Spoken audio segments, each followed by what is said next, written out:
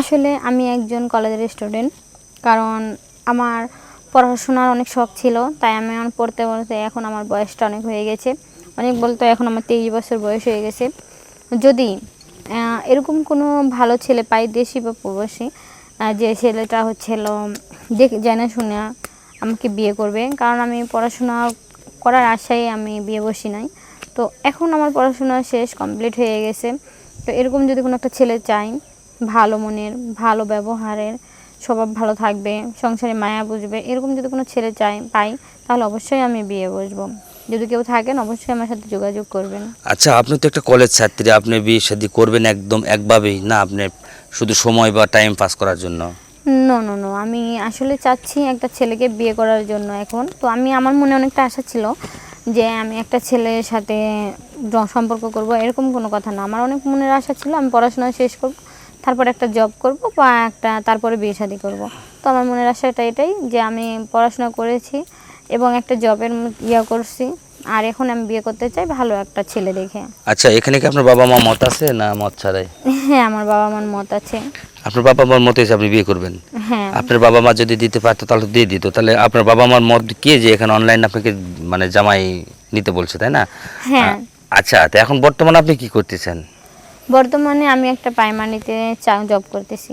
প্রাইমারিতে জব করতেছেন? হ্যাঁ, প্রাইমারি স্কুলে জব করতেছি। আচ্ছা, যদি বিয়ের পরে আপনাকে যদি না করতে দেয় বা যদি আপনার ফ্যামিলিকে যদি না দেখতে দেয়, তাহলে আপনি কি করবেন? আসলে বিয়ের পরে জব করতে না দিতে এটা কোনো সমস্যা না, কিন্তু কেউ কখনো ফ্যামিলি ছাড়তে পারে না। তো আমি আমার ফ্যামিলি ছাড়তে পারবো না, কারণ বাবা মা তো বাবা মাই, বাবা মাকে কখনো ছাড়া যায় না। হ্যাঁ, হয়তো দেখা যাচ্ছে যে বললো যে আমার বাড়ি অনেক দূরে, বিয়ে করার পরে দেখা যাচ্ছে বছরে একবার আমি আসতে পারবো। হ্যাঁ, আসতে পারবো, ফোনে কথা বলবো, সমস্যা নেই। বাবা মা দেখতে গেলেও তাও সমস্যা নেই, কিন্তু একবারে ফ্যামিলি ছাড়া সম্ভব না। তো তো এখন আপনাকে যদি নিয়ে যদি প্রবাসে চলে যায়, প্রবাসী ভাই যদি নিয়ে যায়, তাহলে? হ্যাঁ, প্রবাসে নিয়ে গেলে তো আমি আমার বাবা মার সাথে ফোনে কথা বলতে পারবো, তাই না?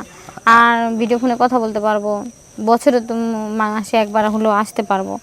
তাছাড়া তো আর একবারে যোগাযোগ বন্ধ করতে পারবো না, কারণ তারা তো আমার জন্ম দিয়েছে, তারা তো আমার বাবা মা। হ্যাঁ, এত কষ্ট করে পড়াশোনা করাইছে, এত পর্যন্ত পড়াশোনা করার পরে এখন বাবা মাকে ছেড়ে দেবো, তা কি করে হয়?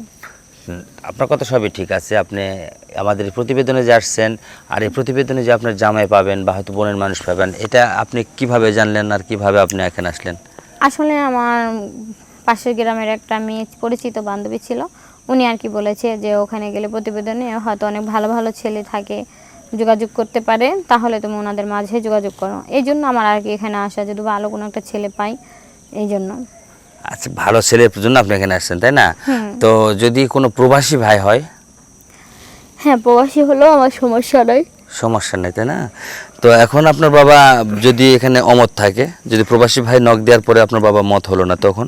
না না না, আমি আমার ফ্যামিলির সাথে এই বিষয় নিয়ে কথা বলেছি যে সে দেশি হোক বা প্রবাসী হোক, আমার সমস্যা নেই, ভালো হলেই হবে। আচ্ছা, তো এখন প্রবাসী ভাইকে কত দিবেন, মানে যৌতুক হিসাবে আপনার কিছু দিতে হবে না? না, আমি ওনাকে যৌতুক দিয়ে আমি বিয়ে বসবো না, কারণ আমি পড়াশোনা করেছি, একটা শিক্ষিত মেয়ে, আমি যৌতুক দিয়ে কেন বিয়ে করব? আর যৌতুক দিয়ে যদি বিয়ে করি তাহলে প্রবাসী ছেলেদের কেন করব বা দেশের এরকম ছেলেদের কেন করব? ভালো একটা স্ট্যাটাস দেখে বিয়ে করব। ও আচ্ছা, তো যাই হোক, এখন বর্তমান আমরা অনুষ্ঠানের মানে প্রতিবেদনের শেষ পর্যায়ে চলে এসেছি। তো দর্শকের উদ্দেশ্যে যদি কিছু বলার থাকে একটু বলেন। আসলে দর্শকদের উদ্দেশ্যে সেটাই বলতেছি যে আমি আসলে পড়াশোনা করতে চেয়েছিলাম, এই জন্য আমি পড়াশোনা করেছি অনেক দূর পর্যন্ত, যার জন্য আমি সময় মতো বিয়ে বসি নাই। এখন আমার বয়স 23 বছর। সবাই যদি জেনে শুনে আমাকে বিয়ে করতে চান, কারণ আমি একটা প্রাইমারি স্কুলে মাস্টারি করি, যদি কেউ এরকম জেনে শুনে বিয়ে করতে চান তাহলে অবশ্যই আমার সাথে যোগাযোগ করবেন। শেয়ার অপশনে গেলে হোয়াটসঅ্যাপ নাম্বার আছে, হোয়াটসঅ্যাপ নাম্বারে ফোন দিলে আমার সাথে কথা বলতে পারবেন। তবে একটা কথা আপু, মানে বলতে ভুলে গেছিলাম, সেটা হলো যে বিয়ে করার পরে কি আপনি পড়ালেখা যদি করায় বা যদি না করায়, তাহলে এটার একটা কিছু মত বিনিময় আছে না? আসলে পড়ালেখা করায় বলতে কি, না করালেও সমস্যা নাই, কারণ আমি তো যে পর্যন্ত পড়াশোনা করার দরকার আমি করেছি। তো আমি তো জব করতেছি, এখন যদি সে ভালোভাবে সংসার চালাতে পারে তাহলে আমি আর জব করব কেন? ওকে আপু, ধন্যবাদ।